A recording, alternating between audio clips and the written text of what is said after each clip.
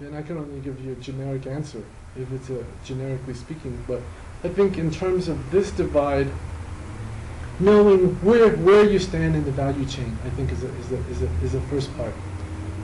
Knowing how you fit in or how you want to fit in. Because it's not enough to say, I want to bridge the East and West, because I think a lot of people have that concept. A lot of people want to do it, but specifically how you intend to do it and what your value proposition is within this large continuum is a great starting place.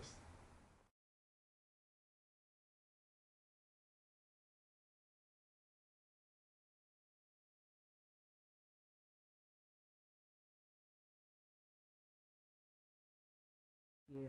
There's probably no difference. I mean, it's just a different milieu, right? So they've chosen a story that is cleverly bringing together Eastern and Western elements. And of course, you know, any kind of issue of interest, such as sports, where there's built-in audiences, is where a lot of these projects will be born. You know, so I think, as you said, sports, the mutual appreciation of sport is a common place. It's a common ground on which to build. And I think that's exactly what they're doing, and they're smart to do it. But that's not to say what we're doing is inherently very, very political.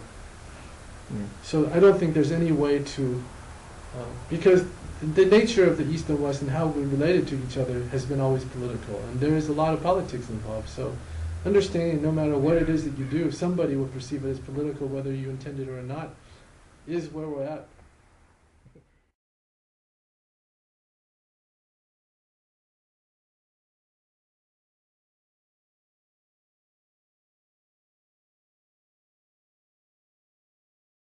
I think that's a great idea, and something that we should work on, and we should even begin to look at celebrating Chinese Americans.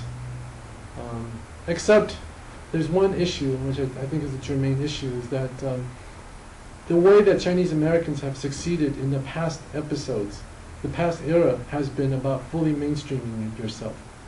So there's a whole generation of Chinese Americans who were actually taught by their parents in a larger society to forget your Chineseness. In fact, your Chineseness is a strike against you, is not a plus.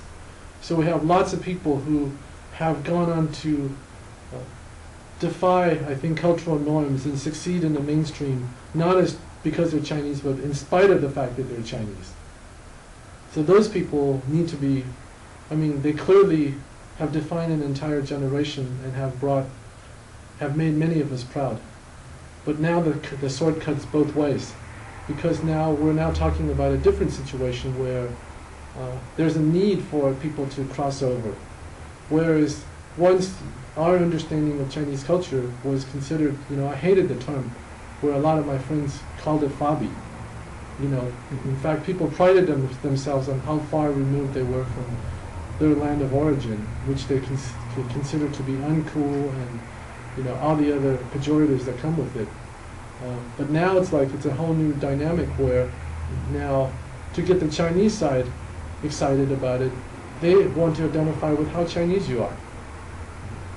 So there's an inherent, you know, challenge in there, because that the previous generation is about succeeding here and forgetting in spite of the fact that you're Chinese. But now to really connect with the other side, I think more work needs to be done. And so thus a demand for a new era of more visible people, and perhaps people who are accepted on both sides and are able to bring it together. So in your view about building bridges, so I like to see people who are successfully crossing the